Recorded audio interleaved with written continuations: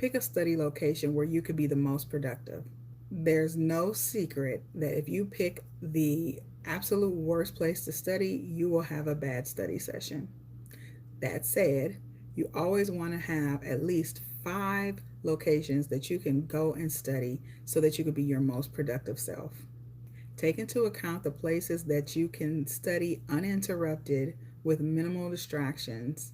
Don't study where you're most comfortable. This is not about comfort, because if you're too comfortable, you can slip right on to sleep and then you won't have studied much. This is not about comfort. We're talking about studying where you can be your most productive self, studying where you can have the most focus. Many people would assume, oh, I'm going to study at my bedroom desk.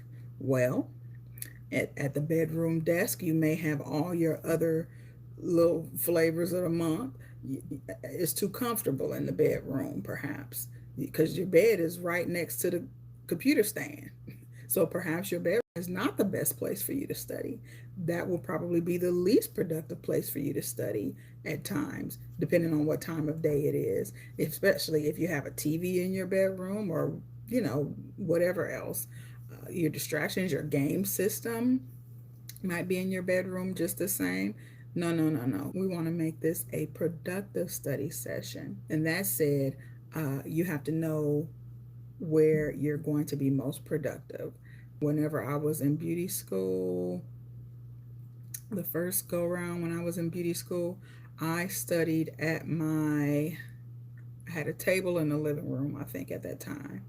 Yep, at that time I had a table in my living room. I had a small apartment in Midtown Detroit, and I studied at a small table in my living room.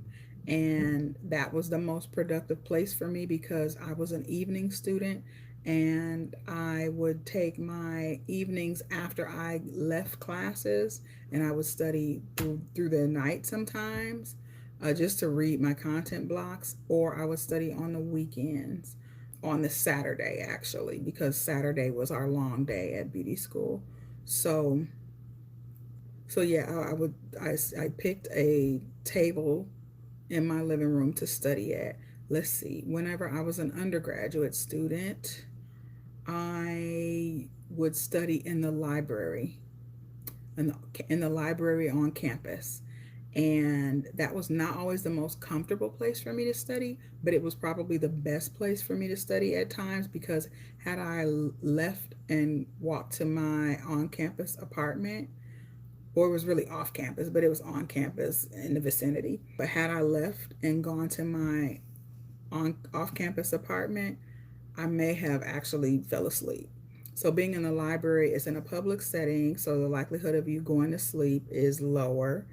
Um, and you're surrounded by books, you're surrounded by study materials. There were computers if you needed the computers, and you could just spread out. Or me, I'm the type of person, I spread out everywhere. Whenever I go someplace, I spread out all my stuff. um, so it was a type of location where I could spread out, and I can, open all my books and have all my books out there. That way, whatever book I needed to pick from or whatever content I needed, I had my pens, pencils, everything, snacks. And that was the best locations for me at those times whenever I needed to study. Let's see. During my cosmetology instructor program, I studied right here at the desk that I'm sitting at.